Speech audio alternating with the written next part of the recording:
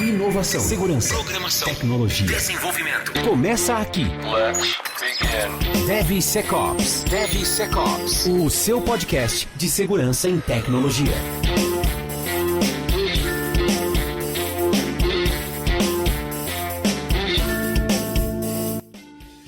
Fala pessoal, tudo bem com vocês? Sejam muito bem-vindos a mais um episódio do DevSecOps Podcast. Eu sou o Cássio Pereira.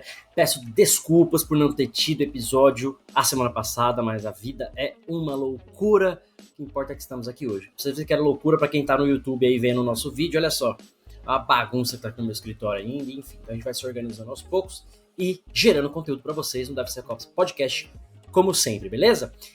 Tô sozinho hoje, episódio solo, pra gente falar de um tema muito bacana, que é o Shift Everywhere. Não é mais Shift Left, agora é Shift Everywhere. Então você não troca mais pra esquerda, você troca pra todo que é lugar. Então é isso que a gente vai falar no episódio de hoje. Antes, deixa eu ler minha colinha aqui, pra gente falar dos nossos parceiros, né? Então vamos lá, ó. O DevSecOps Podcast tem o apoio da Checkmarx e da Nova 8, que são especializadas em segurança de sistemas e código seguro. O link da Nova 8, a distribuidora da Checkmarx no Brasil, está abaixo na descrição do episódio, aqui no link do YouTube, ou lá no nosso site devsecopspodcast.com.br. A Contabilidade Olímpia, que é especializada em profissionais da área de TI. Se você precisar abrir sua empresa ou migrar de contabilidade, entre em contato com o pessoal da Contabilidade Olímpia, que eles estão prontos para te atender. E a Gold Security, que é especializada em Application Security. Quer desenvolver código seguro? Fale com a Gold Security. Eles têm serviços de Application Security que vão te ajudar muito no seu dia a dia, tá? E tem parceiro novo chegando aí, que em breve a gente vai anunciar também, mas também lembrar do appsec.jobs para você anunciar suas vagas lá de uma forma muito simples, muito rápida e barato, além de você que está procurando vagas na área, também já tem lá algumas vagas anunciadas, dá uma olhada lá, isso é gratuito para você que está procurando vagas, beleza? Então é isso, esses são os nossos parceiros, nossos recadinhos para vocês. E a gente vai começar o episódio de hoje, gente, falando o seguinte. Primeiro, tem um cafezinho aqui, eu tomando nesse cafezinho. Na verdade, tomando não, porque já acabou, né? Mas o que eu queria falar para vocês hoje, né? O mercado de desenvolvimento seguro, né? O mercado de application security, o próprio mercado de desenvolvimento de software, de maneira geral, ele é muito rápido. Ele é muito ágil, ele cresce de uma forma exponencial, eu diria, né? Cada vez mais a demanda por software tem aumentado, cada vez mais a demanda por profissionais de desenvolvimento tem aumentado, tá? Então isso já é uma realidade pra gente, a gente já sabe disso, a gente já aceita isso, tanto que é uma briga agora, né, com salários, quanto custa, né, enfim. Então é uma verdadeira bolha, né, que a gente vive aí no mundo de TI, especialmente no mundo do desenvolvimento de software, tá?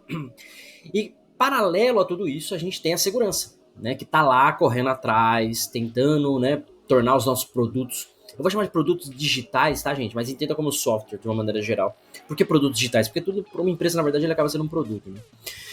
Então, os nossos produtos digitais, eles acabam sendo cada vez mais visados pelo cybercrime, né? Pelos criminosos, né? Que querem fraudar, que querem fazer um dinheiro, que querem roubar dados para vender, que querem roubar dados para fazer fraude, que querem simplesmente desviar dinheiro, enfim. É uma série de motivadores aí e ataques diferentes que essas empresas são alvos, tá? Que essas empresas acabam estando na mira desses criminosos. Essa que é a realidade, tá?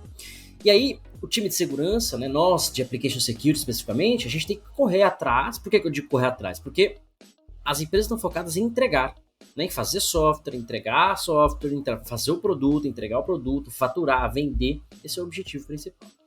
E aí o time de segurança, ele está paralelo a tudo isso, tentando tornar aquele produto seguro.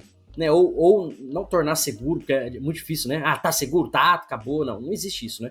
O que existe é bem protegido, né? Mas dependendo da motivação do outro lado, você vai ser vazado, né? Você vai ser penetrado, se é que podemos usar desta forma. Então o fato é, a gente está ali para tornar aquele produto um pouco mais seguro, um pouco mais protegido, tá?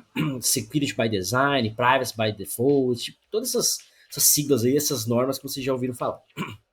Então o time de segurança, ele corre em paralelo. Ele acaba sendo um suporte para os produtos digitais ou para as empresas que desenvolvem software, né? Ele é se você pensar a área de segurança ali como um barramento, né, dentro da empresa que serve a todos os times, todos os produtos de desenvolvimento, olhando para o Application Security. Segurança de maneira geral, né? Mas vamos focar em Application Security. Então, o problema por isso que tem, e aí vamos falar do problema já, mas por isso que tem essa questão do shift left, né? E tem tomado conta da indústria de segurança de maneira geral. Porque as empresas estão lá desenvolvendo software, preocupadas com as suas entregas, features novas, sprint, né? Aquela coisa toda que a gente já sabe.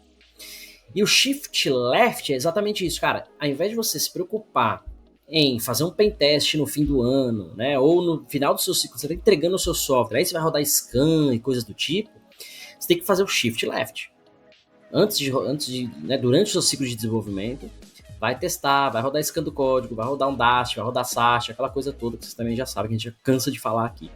Então, o shift left é, durante o seu ciclo de desenvolvimento, né, vai mudando ali para a esquerda os seus testes de segurança. O quanto antes você fizer os testes de segurança, melhor. Afinal, você garante que durante o seu ciclo, durante o seu desenvolvimento, você está testando, está validando, está garantindo que todos os testes possíveis de segurança estão sendo feitos antes. Por que antes? Porque você corrige antes também. Se você passou 6 meses desenvolvendo, agora você vai testar, você vai achar um monte de problema, e aí volta para corrigir, você já vai estar atrasado, já vai ter um delay na sua entrega, no seu produto, no seu business. Aí entra aquela outra guerra que é, basicamente, o pessoal fala entrega, sobe, depois vira backlog, depois a gente corrige. Né? E aí você está em risco, esse é o grande problema, a gente não quer ficar em risco, a gente não quer software em produção, né, com problema. Então o shift left, né, vê essa onda de shift left, que é justamente isso. Pessoal, vamos começar fazer testes antes, fazer scan antes, etc. Então a gente chega na conclusão de que testar software do ponto de vista de segurança antes é melhor, porque você acha os problemas antes e corrige antes. Mas isso por si só, gente, ele não é o salvador da pátria, tá? Ele não é o que vai resolver todos os problemas. E eu vou falar para vocês por quê. DevSecOps. Porque só mudar para a esquerda não resolve. Porque segurança não é uma única coisa, não é um único momento. E é isso que cada vez mais eu tenho percebido dificuldade nas empresas, e nos clientes, e nos parceiros que eu converso. Não é uma etapa, uma coisa que você fala e fala, beleza, fiz o checklist aqui, ó, dou um checkzinho, fiz segurança. Porque você rodou o SAST, porque você rodou o Dast, porque você rodou um pentest. Não é uma coisa, não é um dia de atividade, não é um item. Segurança, gente, é exatamente igual código. Você escreve uma linha hoje, 2 linhas, 3 linhas, um método, uma classe, amanhã outro método, outra classe que vão se conversar, amanhã outro, e tudo isso vai virar o software no final. Segurança é exatamente igual. Especialmente Application Security. Por quê? Se a gente está falando de código, o código evolui, né? É uma linha, um método, uma classe hoje, amanhã outra linha, outro método, outra classe. Segurança é a mesma coisa. Você vai fazer o scan desse código, uma linha, uma classe, um método num dia, uma linha, outra classe no outro, o consolidado disso tudo no outro. Então, só de você falar de SAST, por exemplo, a gente já está falando de acompanhar da primeira linha de código até a última. Percebe? Ou seja, é um ponto de segurança, né, falando de SAST, Static Application Security Testing, né, análise de código, já acompanha o próprio código, da primeira linha à última. Beleza? Quando a gente fala de DAST, Dynamic Application Security Testing, né, testes de scan de aplicação, o famoso web scanner, né, que o pessoal gosta de chamar, a gente está falando de um outro momento. Eu nem consigo fazer DAST se eu não tenho uma aplicação funcional. Então, se eu não tenho um deploy da minha aplicação no ambiente web, por exemplo, que eu consiga rodar lá um scan, testar minha aplicação, esse teste nem está no escopo ainda. Eu estou na minha primeira linha de código, eu fiz uma primeira classe aqui, conectei com o banco de dados. Beleza. Fiz um teste unitário aqui, lindo, maravilhoso, está funcionando. Agora eu fiz uma tela que usa esse método que conecta com o banco de dados. Beleza. Agora eu fiz um deploy dessa tela. O meu usuário consegue ir lá no browser dele navegar. Agora eu consigo testar com o Dast.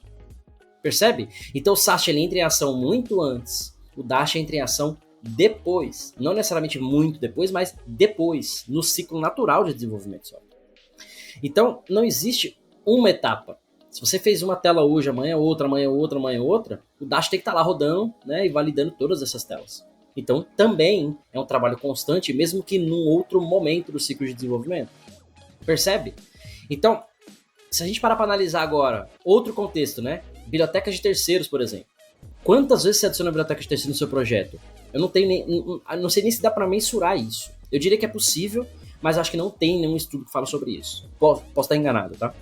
Mas vamos lá, você começou o seu projeto hoje, abriu o Visual Studio, dá um exemplo clássico aqui, tá? Abriu o Visual Studio, deu um New Project, Web Application, já carregou lá as bibliotecas do ASP.NET, do .NET Core, enfim.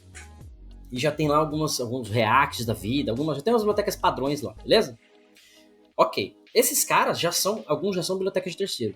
Nesse exato momento eu já tenho que fazer um scan de SCA, Software Composition Analysis, para garantir que essas bibliotecas open source não estão vulneráveis ou não tem vulnerabilidade reportada. Então só de criar um projeto novo. Aí começou lá a lista de requisitos. Olha, preciso fazer a tela de login, preciso fazer isso, fazer aquilo, legal. Então back-end, né? Back-end foi lá e criou tudo isso. Aí o front-end foi lá e usou a biblioteca do jQuery para fazer a tela piscar, usou um CSS aqui, tal.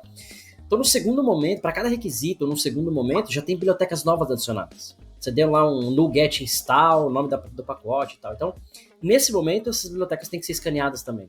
Então você percebe que o SCA, por exemplo, ele acaba sendo tão constante quanto o SAST. Porque você adiciona a biblioteca hoje, amanhã você adiciona uma outra, depois de amanhã você não adiciona nada, depois você remove uma que você não precisa mais, depois você adiciona outra. Aí durante esse desenvolvimento sai uma versão nova de uma biblioteca, você já atualiza automaticamente. Então, esse scan, gente, ele também é constante. Poderia fazer um estudo aqui de, cara, bibliotecas são adicionadas a cada 3 minutos num projeto, a cada 1 mês durante um projeto de 1 ano, sei lá. E aí você, né, otimizar os seus scans, tá? Poderia. Mas é um scan tão rápido, ele não é custoso, que vale a pena você fazer scan constante, como é o SAST, por exemplo. Sei lá, fez um pull request, fez um push pro seu repositório, faz scan. Ou automatiza local na sua IDE, adicionou uma biblioteca nova, dispara um scan, dá pra fazer tudo isso. Então, veja, SAST SCA acompanha o código do primeira linha à última. DAST acompanha a aplicação do primeiro deploy ao último. Percebe? Se a gente falar de IAC, eu diria que está no mesmo nível que o DAST, né? Do primeiro deploy ao último. Se a gente falar de container scan, a partir de quando você define uma base image que você vai usar ali de container, um Docker, por exemplo, você já faz o scan dessa imagem. E aí você vai trabalhar com essa imagem base lá do Linux, do Windows, sei lá, durante X tempo, né? Até fazer o deploy em produção da sua aplicação. Esse tempo, constantemente você tem que fazer scan. Por quê? Pode sair vulnerabilidade nova dos componentes daquela imagem a qualquer momento. Então você vê que você não precisa da primeira linha de código fazer scan da imagem. Às vezes você nem sabe que imagem você vai usar ainda. Você está fazendo aqui o seu back-end e tal. Então, você percebe que nessa fala agora, nessa introdução que eu dei aqui para vocês, a cada momento do desenvolvimento, você tem um teste de segurança a ser feito, ou uma validação de segurança a ser feita, que não acontece num momento único, no tempo. Ele acontece constantemente. Constantemente. Código você analisa constantemente, porque ele muda constantemente. Bibliotecas você analisa constantemente, porque também mudam constantemente. A aplicação você faz scan constantemente, porque ela muda constantemente. Percebe, gente? Então, não é mais shift left. Você não consegue traduzir tudo isso para a esquerda. Até dá algumas coisas. Por exemplo, abriu a IDE, vai rodar SAST e SCA. Ponto. Mas o DAST e o IAC, por exemplo, o IAC não, o DAST e o IAST, e o DAST e o Container Scan, eles vão rodar num outro momento que vai definir depois. Pipeline, por exemplo, e assim por diante. O IAC é Infrastructure as a Code, acabei confundindo aqui com o IAST, mas o IAC também é código. Roda lá no IDE. Assim como também na pipeline, né? Você quer fazer um double check, na pipeline específica de produção, de QA, de desenvolvimento, não interessa, mas double check, porque na IDE você pode fazer tudo isso. Então, não é shift left mais, gente. É shift everywhere. Inclusive Checkmarx, que é parceiro nosso aqui, ferramenta super flexível, faz scan para você onde você quiser. Na sua IDE, no seu pipeline, não interessa. Ela se adapta aos seus processos. E o ponto da Checkmarx é falar justamente isso, shift everywhere. E é a realidade do mercado, independente de solução, tá, gente? O ciclo de desenvolvimento de software, ele é apesar de dinâmico, ele tem um certo padrão, né? Requisito, código, teste, deploy. Requisito, código, teste, deploy. Requisito, código, né? Bem em linhas gerais aqui. Seja você usando Waterfall, seja você usando Agile, Go Horse, não importa a metodologia nenhuma. O fato não é shift left, é shift everywhere. E aí, voltando no português para ficar claro, né? Em todos os lugares e momentos do ciclo de desenvolvimento de software, tem que ter e deve haver e há um teste de segurança a ser feito, uma validação, uma ferramenta, um scan, o que quer que seja. Tá, Cássio, legal, mas tudo isso a gente tá falando aqui de código, né? Da primeira linha de código em diante. E, antes disso, dá pra fazer alguma coisa? Segurança, tecnologia, DevSecOps. Dá. E aí é o que eu sempre falo para vocês, também já falei aqui, tem palestra minha sobre isso, tem material publicado no ASP, enfim. Qual é a matéria-prima do software? Já pararam para pensar nisso? Qual é a matéria-prima do móvel, né, de uma mesa de madeira? A matéria-prima é a madeira. Qual é a matéria-prima do carro? O aço, sei lá, coisas do tipo. Então, se a gente parar para pensar qual é a matéria-prima do software,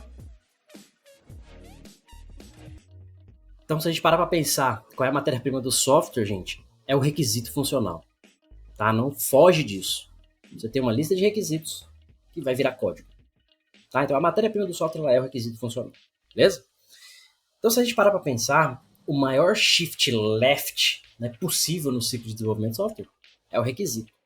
Ou seja, se o requisito já estiver, por exemplo, com o requisito funcional, né, já com os requisitos de segurança definidos, o meu software tende a estar mais protegido. Então, o meu requisito funcional é criar uma tela de login. Né, tem que ter 2 campos, usuário, senha, um botão enviar, valida, manda mensagem, aquela coisa toda. Se tiver escrito lá também, olha, tem que ter um CAPTCHA contra brute force, tem que criptografar essas informações com o algoritmo X para poder proteger o dado em trânsito e o dado em descanso lá no banco de dados, tem que ter proteção contra engenharia social, então a mensagem de usuário sem válido tem que ser genérica, sei lá, coisas do tipo. Né? Ou seja, o meu requisito funcional agora ele já contempla aspectos de segurança que, uma vez entrou na fila de backlog ali, né, entrou na sprint para ser produzido, já vai ser produzido o requisito como um todo. Tanto o requisito funcional, já com os aspectos de segurança. Então, aí sim o software nasce seguro. Aí eu vou rodar um SAST, um DAST, um SCA, aquelas coisas, para buscar às vezes uma SQL injection, para buscar coisinhas ali que pode estar acontecendo, não está validando um parâmetro, não está tratando uma informação, coisas do tipo. Que também dá para ser evitado com muito treinamento, aquela coisa toda, o desenvolvedor já sabe o que fazer, então ele evita fazer dessa forma. Ou seja, gente, veja que o left, nesse contexto como um todo, é o requisito porque ele é a matéria-prima do software. Se a gente parar para pensar com a lista de requisitos, a gente consegue fazer um threat modeling já, né? Seja no nível de brainstorming, por exemplo, né? Ou ainda, se você já tem mais ou menos a arquitetura da aplicação definida, numa fase de design, por exemplo, você já consegue fazer uma modelagem de ameaça propriamente dita, né? Você já tem a arquitetura, sabe o que vai acontecer. E a própria modelagem de ameaça, os outputs dela são as ameaças. Consequentemente, você sabe como proteger daquelas ameaças. Consequentemente, já tem uma lista de requisitos de segurança para serem implementados. E aí são requisitos especificamente de segurança, não funcionais.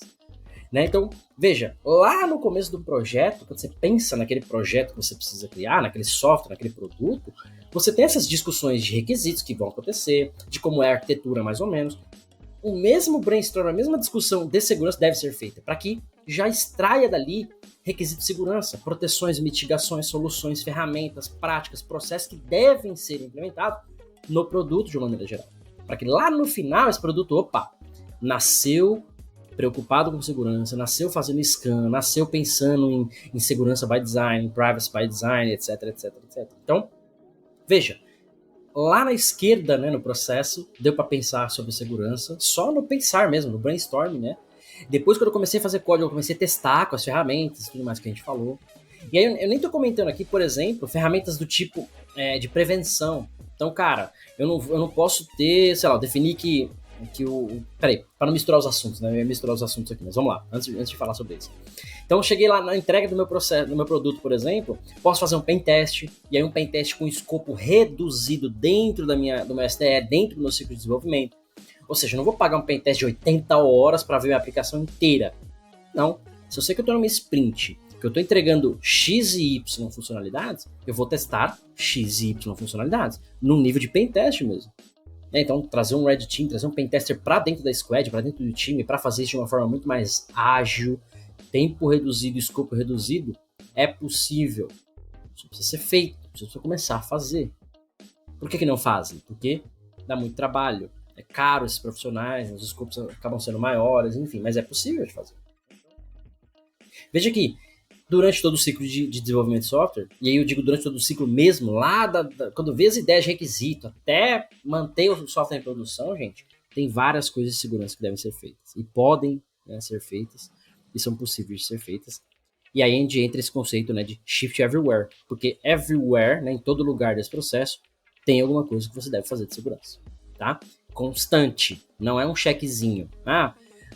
Fiz a lista de requisitos de segurança? Fiz. Fiz o threat modeling? Fiz. E aí você nunca mais olha, nunca mais atualiza, não revisa, não existe isso. É constante, tá? Apesar de algumas coisas são menos, né, frequentes, outras mais frequentes, mas todo o trabalho de application security é constante neste contexto. E aí, pegando esse outro ponto que eu queria comentar agora... Segurança, tecnologia, DevSecOps. Se você parar para pensar, dá pra gente fazer toda essa questão, né, de requisitos, de pensar em tudo isso, como um baseline da própria empresa.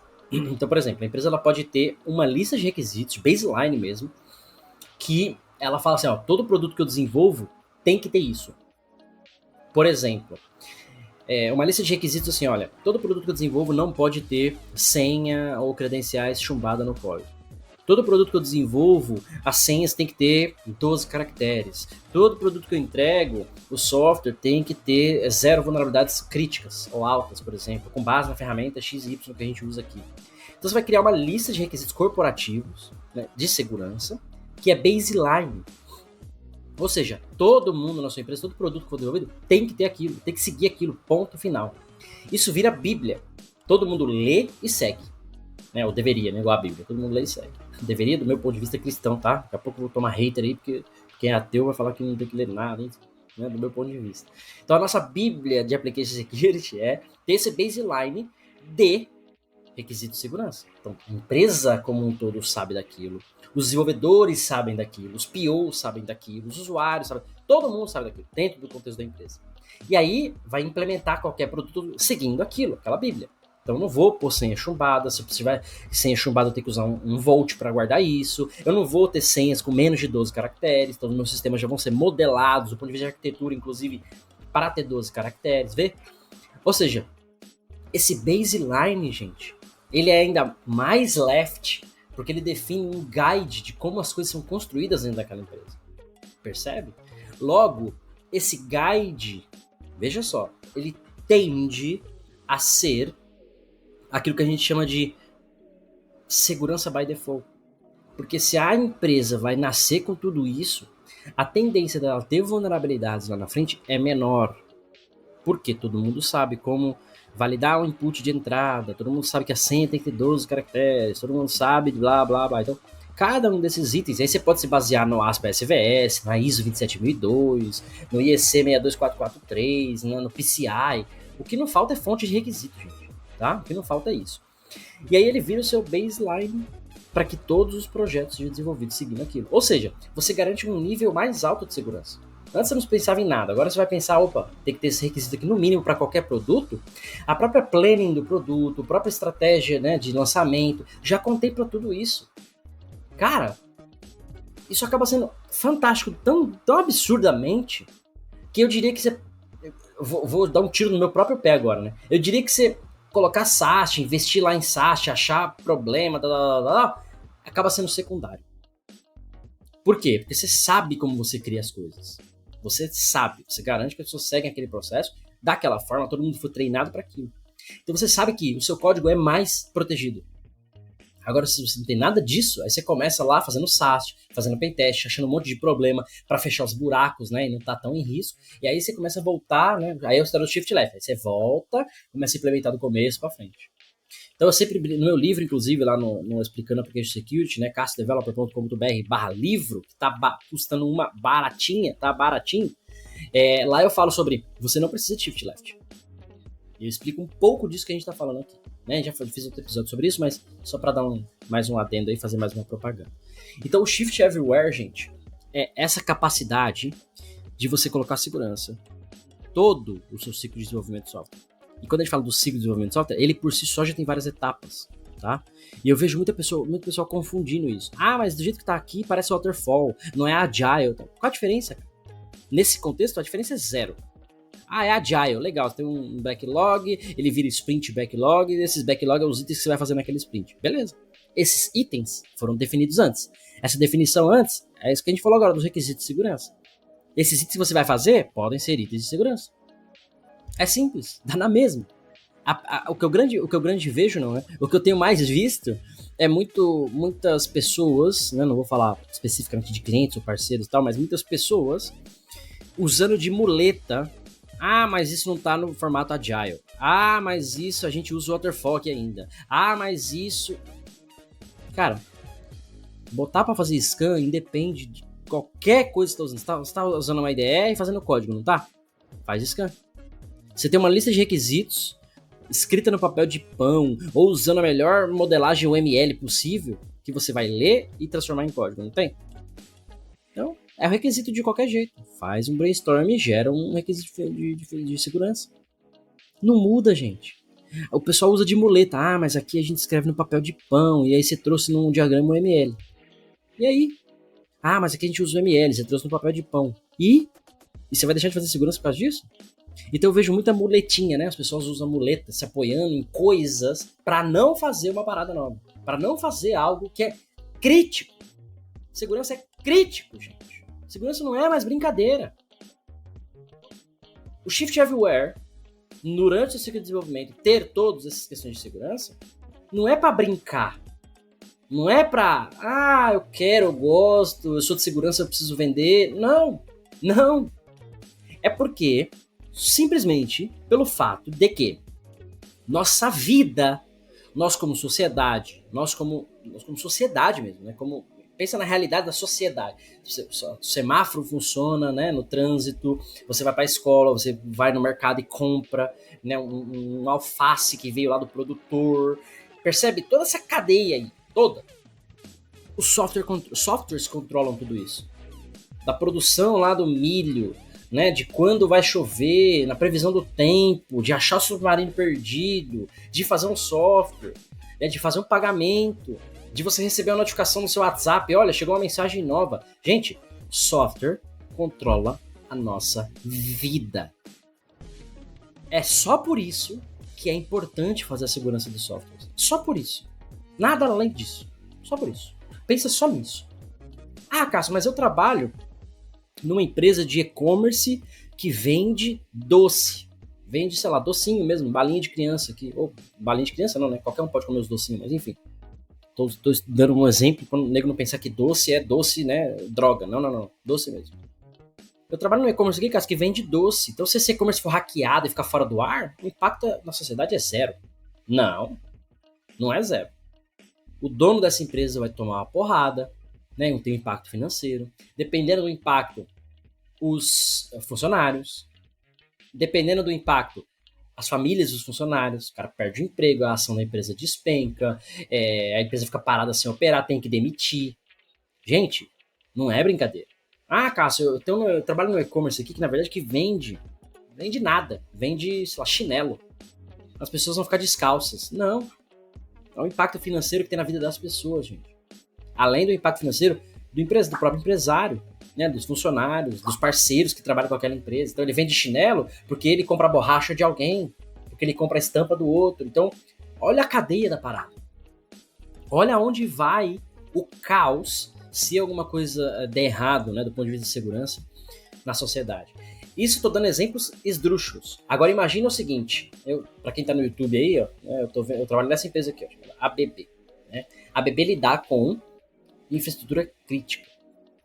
Ou seja, softwares que controlam usinas nuclear, usinas de energia, controle de estação de água, energia elétrica, automação industrial das empresas, robótica. É só coisa que não pode dar errado. E a gente teve, tá público já, né? Tivemos um incidente recente, tá? Enfim, na empresa interna, né? Não foi nos clientes, mas você percebe que nesse contexto é ainda pior a segurança.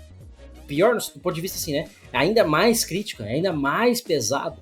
Eu tenho ainda mais uma lista de 200 requisitos para fazer para qualquer software que eu desenvolvo. Requisitos chatos, né? Não é só assim, tem que ter 12 caracteres, não. O algoritmo de criptografia tem que ser assim, implementado dessa forma, tem que validar assim, assim, assado. Então, gente, quando eu falo de que a criticidade de segurança, e aí deve ser com o podcast, o papel deve ser com o podcast é levar a cultura para vocês também, né? A cultura no sentido de trocar a cultura, né? Quando eu falo para vocês aqui, que eu cansei de falar já, que segurança é crítica, não é só nesse contexto. Ah, eu não trabalho no hospital. Ah, eu não trabalho com sistema crítico, né, que controla a energia de uma cidade. Então não precisa se preocupar. Ah, eu não trabalho no banco, porque banco é dinheiro e tal. Não. Gente, qualquer empresa, privada ou pública, ONG ou não, que tenha um ataque, um cyber-ataque, tem um impacto na sociedade. Direto ou indireto. Direto. A empresa, sei lá, foi hackeado o sistema de semáforos de São Paulo. Parou os semáforos. Cara, impacto direto na sociedade. Vai ter acidente, vai atrasar a vida da galera, pessoas vão perder compromissos importantíssimos, tal. Imagina a cadeia do multiverso aí, né? Ou, cara, a ONG aqui que cuida dos passarinhos foi hackeada, vazou a base de dados, estão parados, os caras não conseguem receber doação, ou perderam o dinheiro. Passarinhos vão morrer. Você pode pensar que pra você isso não tem impacto nenhum, mas socialmente tem. O e-commerce X, exemplo clássico aí, né? Lojas Renner, ficou lá X tempo parada, né? Cara, as pessoas pararam de comprar roupa. Que impacto. Você pode ter um estoque de roupa que não precisa comprar. Mas e os funcionários de lá? E as ações da empresa? E as pessoas que viraram noite trabalhando? Etc. Então, gente, quando eu falo que segurança é crítica, do ponto de vista de software, é porque software controla a sociedade. É simples assim. Seja o carro automático que você dirige, né, o seu carro ultra tecnológico, seja o seu carro que só tem injeção eletrônica. Tem software lá controlando a injeção eletrônica que pode parar, que pode dar um problema. Que pode ser atacado remotamente, inclusive, já tem pesquisa sobre isso. Então, tira esse conceito da sua cabeça de que você não trabalha em infraestrutura crítica. Shift left, shift everywhere, segurança no ciclo de desenvolvimento é para todos. Tá ouvindo? Todos! Vou até rodar uma vinheta aqui que me irritei. DevSecOps. Desenvolvimento seguro, gente, é para todo mundo. Todo mundo que eu digo, né? Toda empresa que desenvolve software ou consome software, tem que validar se o software está bem feito, é para todo mundo. Não é opcional. O que você vai fazer, aí assim, o que vai variar estou trabalhando com uma infraestrutura crítica, controle de água, controle de temperatura de uma usina. Então, aí você tem um nível de segurança mais alto. Eu estou lidando com um e-commerce que vende banana, né? E as pessoas nem precisam se cadastrar, compra anônima. Cara, o nível de segurança é mais baixo. Mas o cara faz pagamento, passa cartão de crédito, eu não quero fraude, então tem um nível de segurança médio. Mas eu trabalho numa empresa aqui que é um sistema back-office interno, então a segurança não vai ser média. Não quer dizer que não vai ter segurança, não quer dizer que você não vai se preocupar com o desenvolvimento seguro. Mas o nível que vai te ajudar a definir é esse, né? A sua própria criticidade do business, né? Algo que te ajuda muito com relação a isso, você pegar o ASP SVS, por exemplo, né? O Application Security Verification Standard, ele tem lá level 1, level 2 e level 3. Level 1 é o mínimo de segurança. Level 2, a maioria das aplicações com informação sensível. Level 3, aplicações críticas e informações médicas e tal. Então, veja, você tem os níveis de segurança para aquilo que você quer proteger. Porque a segurança nada mais é, gente, proteger um ativo. Simples assim. Nosso ativo aqui, no caso, é o software, os dados, né? A API que controla algum dado, tal. Mas segurança é proteger um ativo. Qual segurança você tem na sua casa hoje, para proteger a sua casa e os bens que estão lá dentro? Cerca elétrica, alarme, câmera, monitoramento, cachorro, portão automático, ou só um muro com caco de vidro em cima, lembra, né? Que é das mais antigas, aí vai lembrar. Tinha o pessoal fazia um muro, quebrava uns cacos de vidro, botava lá em cima para o nego não pular o muro e tal. Então, é um nível de segurança. Mas qual ativo que tá lá dentro? Eu garanto que se você ganhou na Mega Sena e o dinheiro tá lá dentro, aqueles cacos de vidro ali não vai parar ninguém. O cara dá um jeito de pular, de se arranhar, ele vai pular. Agora, a cerca elétrica, o alarme, a câmera, né? Então, essas coisas vão, né, inibir uma ação, até parar uma ação de invasão na sua casa, né, dependendo do contexto. Percebe? Então, gente, qual é o nível de segurança que você está disposto a ter? E o episódio de hoje, que eu quis falar do Shift Everywhere especificamente, é porque para quebrar esse paradigma de segurança é uma etapa, ou é uma, duas ferramentas. Não é. Gente, não é. Tem apresentação minha aí, tem slide lá com 12 etapas diferentes, 16 etapas diferentes, ou ferramentas diferentes, ou práticas diferentes, no ciclo de desenvolvimento. Para prevenir problemas, para achar problemas, para monitorar ambientes. Isso sem falar de gestão de vulnerabilidades, né? Que é um processo que 90% das empresas que eu vi não fazem ou fazem errado. Né? Você está achando um monte de problema, aí você pega esses problemas, classifica eles do ponto de vista de impacto de business, aí você endereça eles para as equipes corretas, aí você valida se foram testados. Simples assim. Lá no Gira, lá no Excel, não importa, mas faz isso. Então, é um processo simples que eu vejo pouca gente fazer. mas que traz um benefício muito grande no dia a dia. E aí é um trabalho um pouco mais de segurança, né? Fazer a gestão das vulnerabilidades. Mas a correção das vulnerabilidades é TI, gente. Ou é desenvolvimento, ou é infraestrutura, DevOps, é TI. Normalmente é TI. E o pessoal às vezes negligencia, o pessoal às vezes não liga. E quando eu digo pessoal, eu digo empresas. Ou seja, todo mundo que tá lá dentro. Ou todo mundo, ou C-level, ou só parte operacional. Ah, os devs aqui não gostam. Ah, a cultura aqui não é essa. Ah, não é? Até tomar um hamster na cabeça e parar por um mês. Aí passa a ser, né? Então, gente, é assim. Vamos lá, caminhando pro final aqui, né? Shift everywhere, shift left, não importa. Criticidade, aquela coisa. Vocês já sabem, eu já tô cansado de falar aqui no podcast e nos conteúdos. Vocês já sabem disso. Mas o fato é, segurança não é opcional. Tem que acabar com isso. É esse ponto que eu queria falar agora, um pouco da cultura, né? Muita empresa eu vejo isso. Ah, mas os devs aqui não gostam. Ah, mas os POs daqui não querem. Ah, mas na verdade os nossos usuários nem se preocupam com isso. Foda-se! Segurança não é opcional nem negociável. Vai ter. Nível 1, 2, 3, 5, não importa o nível. Vai ter. Quem define isso? O dono da empresa. Você, CEO, CTO, CIO, CFO, C-Level, a caralho que for, conselhos, acionistas, não importa. Vocês estão ouvindo isso aqui de alguma forma? Não estão, né? Vocês não estão. Vocês estão na Bahamas e tal, enfim. Mas, galera, para quem tá ouvindo essa mensagem aqui, segurança não é opcional, não é negociável. Tem que ter, mano. Porque o impacto que vai ter no seu business, para você, é grande. E às vezes não só para você, para a sociedade. Então, acaba com essa porra, com essa frescura. Tá a frescura agora, né? Ai, os devs daqui não gostam. Ai, os POs daqui não trabalham dessa forma. Vai trabalhar. Vai gostar. Vai ter. Porque a empresa definiu assim. Porque o dono mandou. Sabe? Ah, ninguém gosta mais de falar sobre isso, né? O dono mandou, o dono impôs. Ah, porque as pessoas não vão querer trabalhar aqui. Eu vou trabalhar em outro lugar. Foda-se! Mano, foda-se. É a mesma história. Vamos lá. Analogia que pra vocês entenderem um pouquinho. Quando você, indivíduo, pensa assim, cara, eu vou fumar, eu vou usar droga, eu não vou fazer exercício, eu não vou me alimentar bem. Foda-se, eu vou comer coxinha, quibe, salsicha, só bosta. Foda-se, eu vou ter câncer. E aí, um dia você vai ter uma dor. Aí você vai no médico, fala, tá doendo, né? O médico fala, cara, vamos fazer uns exames aqui. Faz lá um exame, faz lá um scan. Olha que analogia legal. Faz lá um scan e fala, cara, você tá com um tumor, sei lá, qualquer problema no estômago, blá, blá, blá, enfim. Você precisa fazer uma cirurgia ou tomar alguns remédios, né? Então, achou um problema, tem um tratamento. Você, como indivíduo, tem a liberdade de falar, cara, foda-se esse tratamento. Eu vou continuar bebendo, comendo, fumando. Foda-se, não quero fazer. E nem vou mais no médico.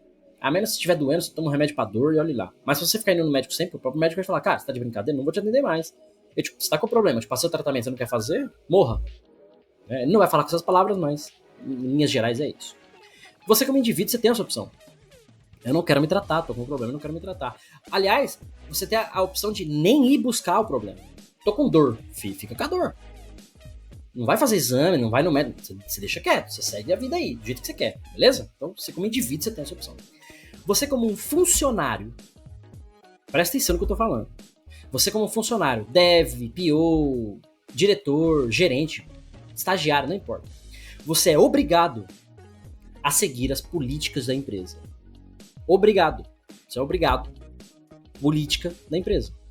Pela lei, né? CLT, as políticas da empresa têm que ser seguidas, normas, etc. Então, quando vem essas historinhas, o dev daqui não gosta de fazer scan no código. Ai, o PO daqui não gosta de fazer gestão no Gira. Foda-se. Empresas, bota isso na tua política, obriga o cara a ler, obriga porque é natural, né? Entrou na empresa, lê. Ah, não leu? Lê depois. E vai fazer. Não interessa se você gosta, não gosta, ama, não ama, é empoderado, não é empoderado. Foda-se. A verdade é que não é mais opcional segurança. As empresas hoje estão tomando porrada financeira. A sociedade hoje toma porrada de cyberataque de tudo que é lado a todo momento, simplesmente, às vezes, pelo fato da negligência. pelo fato do dev não gostar de fazer scan, ou o PO não querer colocar. Eu tô colocando essa galera, tá, gente? A culpa não é de vocês, não, tá? Porque são os mais envolvidos, mas pensa na empresa como um todo. Ah, porque o CEO da nossa empresa aqui falou que não tá nem aí com segurança. Então a gente não faz mesmo.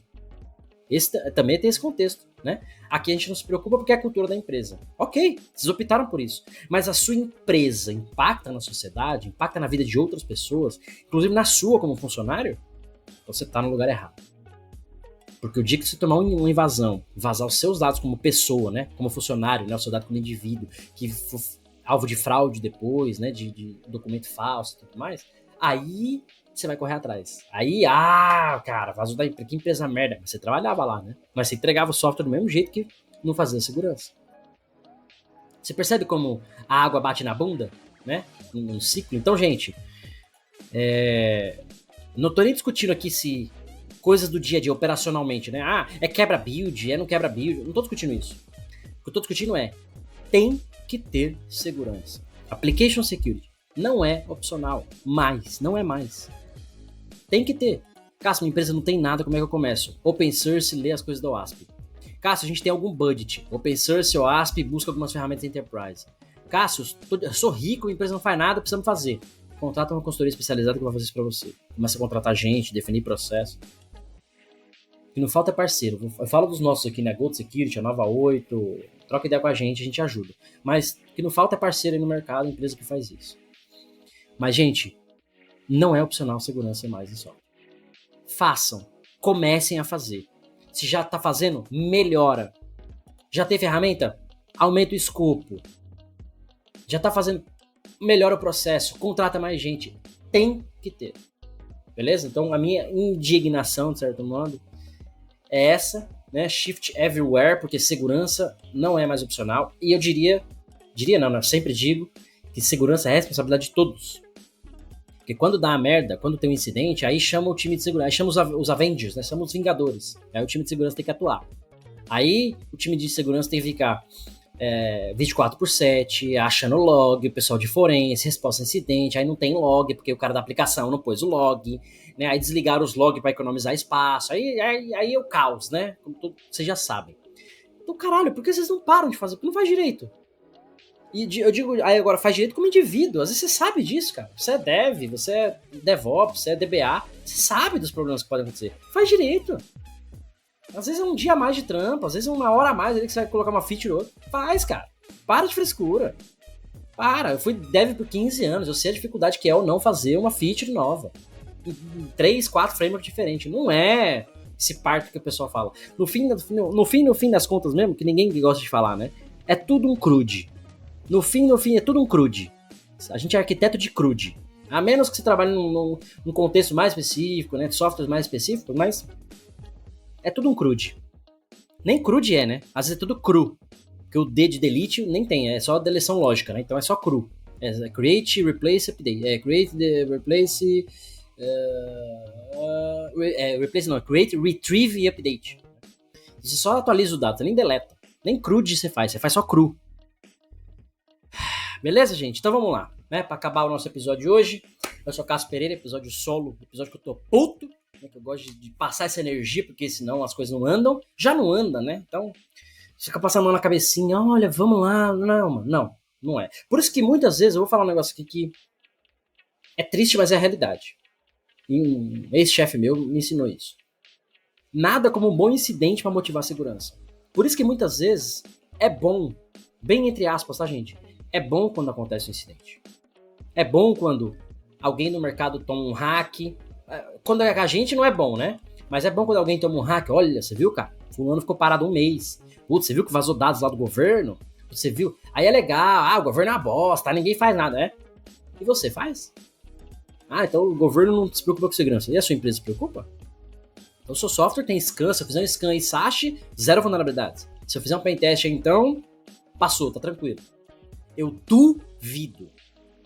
Eu dou o meu salário se tiver seguro 100% aí. Dou, de verdade. Mentira, não dou não, porque eu preciso do meu salário. Gente, vamos lá. Acabou o episódio. Eu agradeço a todos vocês que ouviram até o final, metade, ou pegou da metade pra frente, não importa. O DevSecOps Podcast tá aqui para levar essas informações para vocês, tá? Com bastante experiência, rica experiência, né? E sempre ter convidado novo. Teremos 2 convidados internacionais nos próximos episódios aí. Eu quero fazer os próximos 2 já na sequência, mas ainda não é certeza. Uma delas já participou aqui com a gente, inclusive.